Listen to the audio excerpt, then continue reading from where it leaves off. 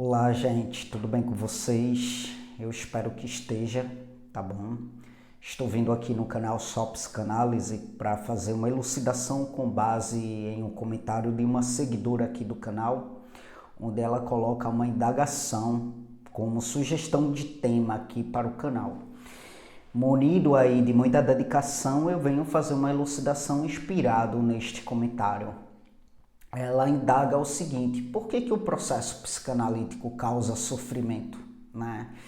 E de fato é um paradoxo, sabe? A gente procura o psicólogo, a gente procura o psicanalista para ficar bem com a gente, né? Para se sentir bem com a gente, e de repente a gente se depara com dores, a gente se depara com um processo que é doloroso, né? E aí como explicar isso, por que isso acontece, né?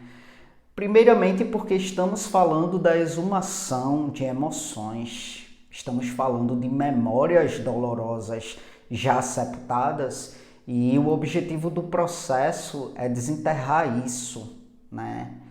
E aí, como justificar isto, né? Como justificar a retirada de dados do inconsciente, conteúdos, né, em que de repente o paciente trabalhou a vida toda para ocultar não só do mundo exterior, mas de si próprio, né? E de repente ele procura um processo, e o processo dá conta de trazer isto à tona, né? Se é recalcado ali no inconsciente, e ali no inconsciente fica pela força da repressão, há uma boa razão para isso, né? E aí, caramba, que processo sadomasoquista, né?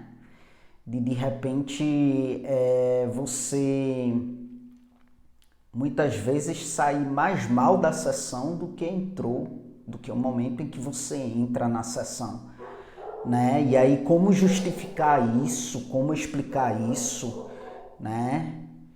Como que o psicanalista, como que o psicólogo, né, se atreve a desenterrar isto, mexer em algo que talvez de fato há de ser uma grande causa de um denso sofrimento, levar isto para o consciente, né? E veja, comumente há muita resistência, há muitos receios, os receios mesmo, né, de desenterrar lembranças, essas lembranças, né? Por quê? Porque de fato acabam sendo fonte mesmo, né, de grande sofrimento ali para o paciente. Então, obviamente, que ele vai ter uma resistência muitas vezes frente a isso, vai ter uma resistência no sentido de falar sobre isso, de falar disso, né? Se algo está ali enterrado no inconsciente, obviamente que existe uma razão válida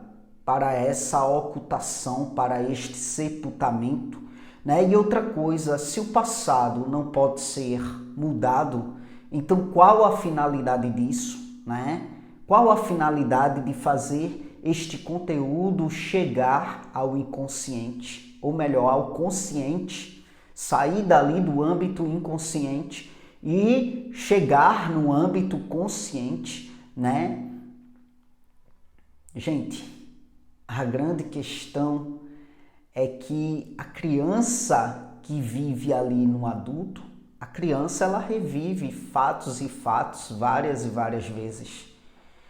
A criança traumatizada, a criança que de repente ali na infância fora machucada, né, o adolescente ou até mesmo o adulto, né, que passa por certas situações densas, situações que são de uma angústia densa, mas que de repente ele se vê liberto disso, né?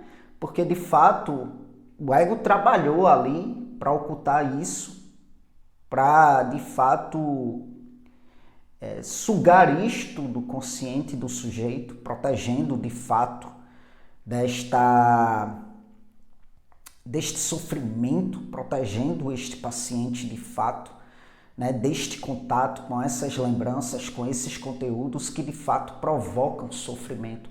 Mas o que é que acontece? Apesar de muitas vezes, por meio das defesas, isto vir a ser recalcado e sedimentado ali no inconsciente, ali permanece por força da repressão, mas isso aí vai vir de toda forma, né? Vai gritar no sujeito de toda forma, sabe? Por quê? Porque a criança ferida, o adolescente ferido, o adulto ferido, inconscientemente vai tentar dominar sim aqueles eventos incontroláveis. Vai tentar sim resolver aquilo que ficou mal resolvido, que não foi trabalhado, que não foi elaborado, que não ganhou simbolização, né? Isso vai sendo revivenciado sim, inconscientemente falando, e como está no âmbito do inconsciente, né? Isso vai vir à tona por meio de sintomas, por meio de fato, comportamentos repetitivos que são autodestrutivos, sabe? E daí qual que é a finalidade de um processo psicanalítico, né? De um processo de análise? Há de ser o de justamente facilitar para que essa criança indefesa venha de fato se tornar um adulto livre, né? Venha de fato ter um certo controle sobre a sua própria vida. Esse adolescente que está ali naquele inconsciente machucado, ferido, né? E que está tentando, por meio dessa vivência inconsciente, controlar a situação, resolver a situação, né? Isso aí vai minar sintomas no adulto, isso aí vai continuar minando o sofrimento no adulto, mas a grande questão é que ele não vai ter consciência do que é que está provocando isso.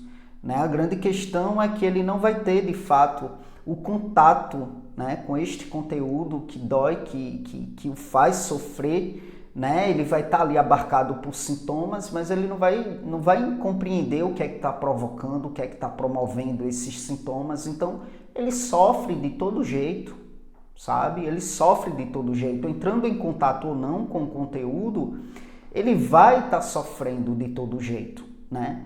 E se é para estar vivendo ali um sofrimento autodestrutivo, por que não entrar em contato de modo mais saudável com esse conteúdo para elaborá-lo, né? Para ressignificá-lo de fato, para simbolizá-lo e assim esse adulto poder ter sim uma vida mais livre, com um certo controle de fato no que diz respeito à sua própria vida, né? Com consciência mesmo e sim com memória sobre esses eventos, né? Porque quando ele tem a consciência, né, desses conteúdos, quando ele tem a memória desses conteúdos, ele tem ali a possibilidade de encarar esses eventos, de encarar essas experiências traumáticas, essas experiências doloridas, essas experiências sofridas de modo diferente, né? Então, gente, muitas vezes a criança interior, e todos nós temos, né, que de repente fora afetada por esses eventos traumáticos no passado,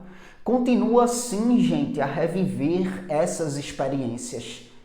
Ao longo da vida, essa criança fica ali, ó, no âmbito do inconsciente, revivendo isso de modo muito doloroso, sabe? Por quê? Porque ela tá ali naquele inconsciente buscando dominar, buscando encontrar uma resolução para isto que não fora elaborado, para isto que não fora simbolizado, para isto que não fora nomeado, para isto que não fora de fato trabalhado.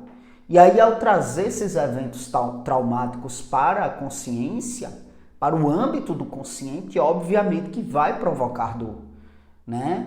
Mas o sujeito ele vai poder confrontar esses conteúdos, essas experienciações que estão ali registradas na história de vida dele, né? Ele vai poder confrontar isso de modo mais consciente, de fato, e de modo mais saudável, porque ele confrontando isso de modo consciente, isso vai ganhar uma elaboração onde não vai ficar mais ali no inconsciente ruminando e gerando sintomas, né? E é assim que se rompe o ciclo repetitivo que há de ser sintomático, que há de ser doloroso, né? Isso dá permissividade para que de fato essa criança interior ela venha realmente se desenvolver e venha se tornar um adulto mais livre, um adulto capaz de controlar sua própria vida, né? Claro que esse controle não é uma coisa que a gente vai ter sobre a nossa vida de modo pleno, porque a vida ela tem suas facticidades que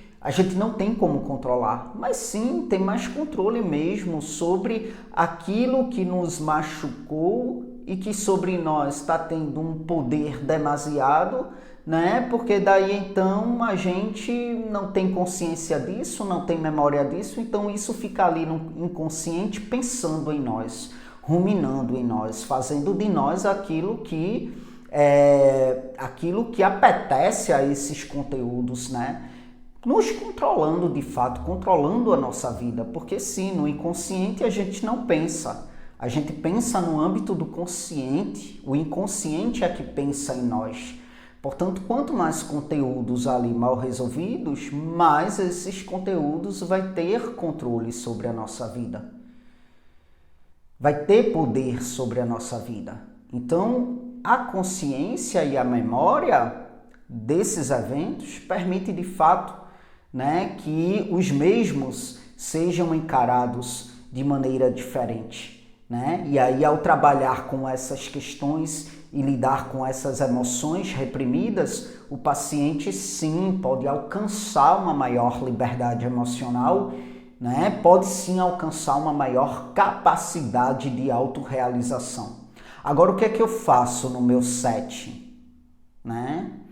Para explorar esses eventos doloridos, eu preciso ter certeza que a minha relação com o meu paciente é de confiança, está suficientemente sólida, né? Portanto, eu tenho cuidado com a escolha do momento, porque eu considero que a escolha do momento para tocar nisso é fundamental.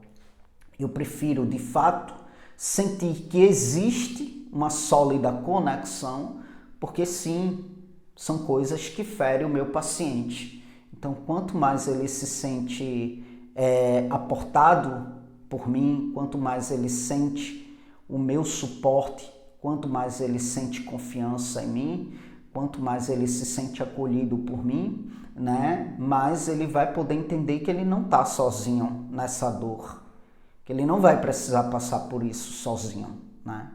Bom, é isso, gente. Eis aí mais uma elucidação importante para vocês aqui pelo viés do canal Só Psicanálise. Eu tenho outros canais aqui no YouTube, tá bom? Se você quiser conhecer, você vai encontrar os links aqui no comentário em destaque, tá?